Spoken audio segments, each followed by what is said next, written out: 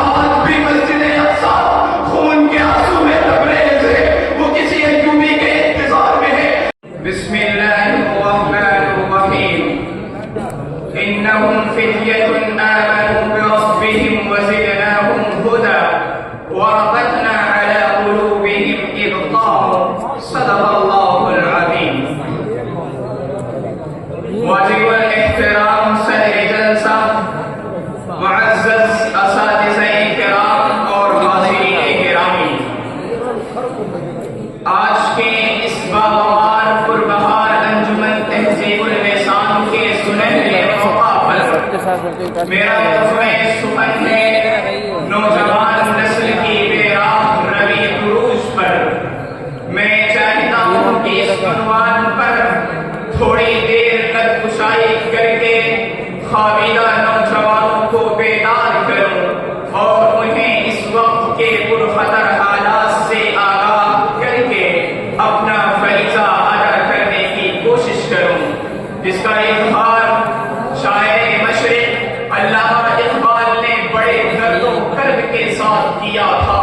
کہ تیرے صوفے ہیں افرنگی، تیرے قاری ہیں ایرانی، تیرے صوفے ہیں افرنگی، تیرے قاری ہیں ایرانی، لہو مجھ کو رلاتی ہے جوانوں کی تنا سالی، عمارت کیا شکوہ خسروی کی ہو تو کیا حاصل، نزول حیدری تجھ میں ہے استغناء سلمانی، اور میں ڈھونڈ اس چیز کو تہذیب حاضر کی تجلی میں کہ پایا میں نے استغناء میں معراج مسلمانی۔ حاضرین گرامی، یہ ایک ناقابل انکار حقیقت ہے کہ موجودہ دور کے حالات جتنے خطرناک ہیں کسی اور زمانے کے ایسے حالات نہیں رہے، مگر یہ بھی سچ ہے کہ جب حالات نے ہماری طرف اپنا رخ کیا تب امت کے غیور نوجوانوں نے اپنی ایمانی قوت و فراست سے ان کا رخ موڑ دیا، لیکن افسوس افسوس آج کا نوجوان مغربی تہذیب و تمدن سے اس قدر متاثر ہوا کہ اپنے اخلاق و کردار کو بھلا بیٹھا، اللہ کے احکامات اور رسول اللہ کے فرمودات کو پسے پشت ڈال کر گناہوں کے دلدل میں جا پھنسا، اور انہی نوجوانوں کی خستہ حالی دیکھ کر شاعر کہتا ہے کہ کیا بتاؤں نوجوان میں تجھ سے نادانی تیری، کیا بتاؤں نوجوان میں تجھ سے نادانی تیری،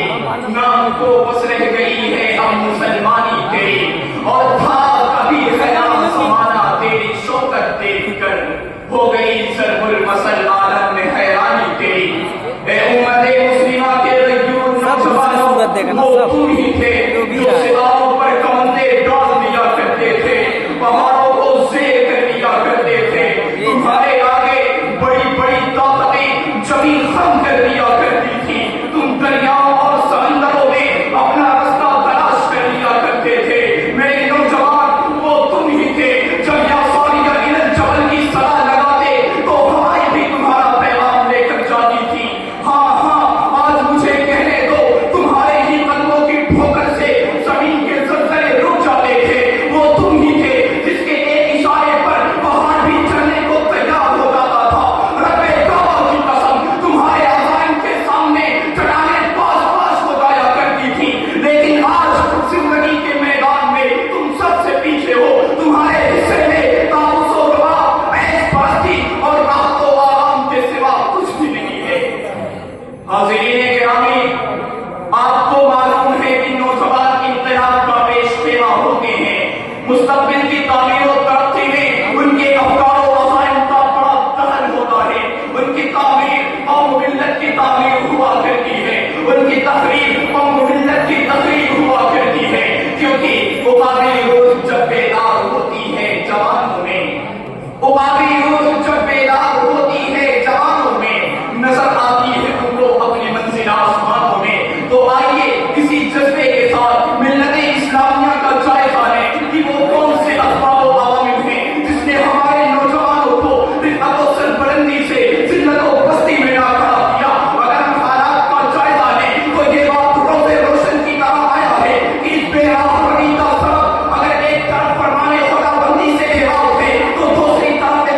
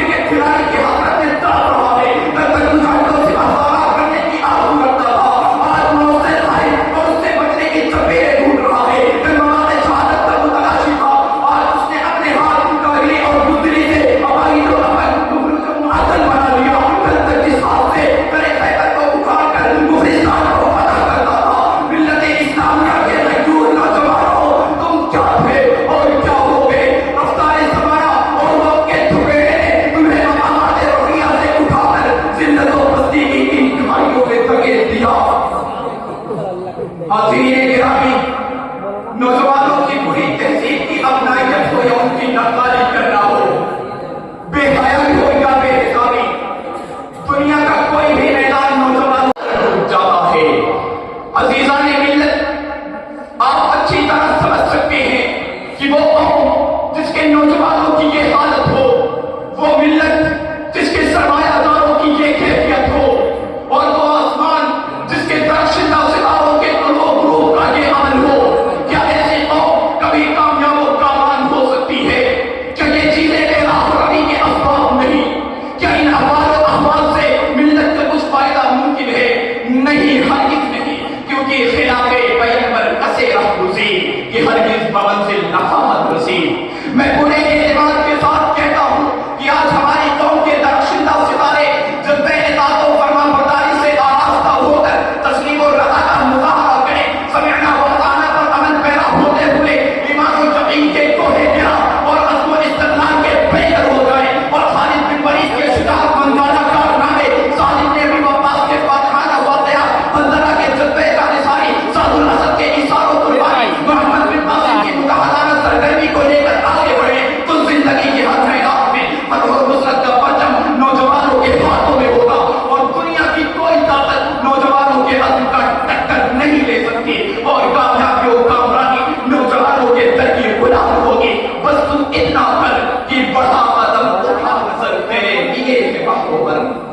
بڑھا قدم اٹھا نظر تیرے لیے ہے بہروں پر، جہاں نو کے پاس ماں میرے وطن کے نوجوان، اور بلندیوں کی سمت چل کی آندھیوں کے رخ بدل، میرے وطن کے نوجوان، میرے وطن کے نوجوان۔ حاضرین گرامی،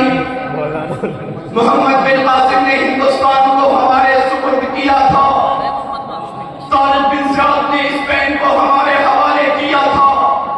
سلطان صلاح الدین ایوبی نے مسجد اقصی کو ہمارے پاس بطور امانت رکھا تھا، لیکن ہم نے نہ ہندوستان کی حفاظت کی، نہ اسپین کو کلمہ حق کی محرومی سے بچایا، اور نہ مسجد اقصی کی حفاظت و سیادت کر سکے۔ آج بھی مسجد اقصی خون کے آنسو میں لبریز ہے، وہ کسی ایوبی کے انتظار میں ہے، لیکن ہم اپنے اندر کوئی تبدیلی پیدا نہیں کرنا چاہتے۔ اے نوجوانوں، کب تک ذلت و پستی کی کھائی میں پڑے رہو گے؟ آسمانوں کی بلندیاں تمہارا انتظار کر رہی ہیں، کب تک عیش و عشرت میں مست رہو گے؟ میدان جہاد تمہاری آنکھوں کے منتظر ہیں، جمال آرائی و فیشن پرستی میں کتنا وقت ضائع کرو گے؟ بے نیام تلواریں تمہارے ہاتھوں کی زینت بننے کے لیے بے قرار ہیں، تفریح گاہوں اور سنیما ہالوں کا کب تک طواف کرتے رہو گے؟ پتھریلے راستے اور کھلی ہوئی فضائیں تمہیں دعوت قدوم دے رہی ہیں، عشق بازی اور حسن پرستی کے مرض میں کب تک مبتلا رہو گے؟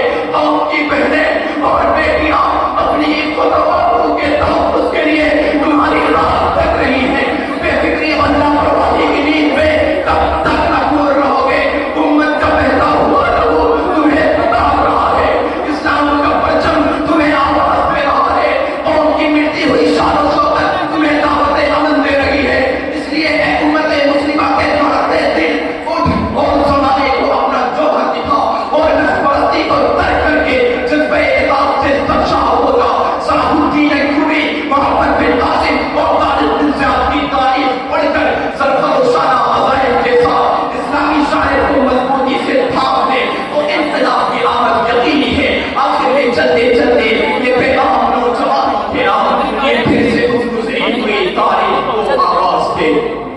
پھر سے اس گزری ہوئی تاریخ کو آواز دے، پھر معطل آنسوؤں کو حرکت پرواز دے، پھر سے روشن کر شمع اسلام کے کردار کی، عصر حاضر کو دکھاتا زندگی تلوار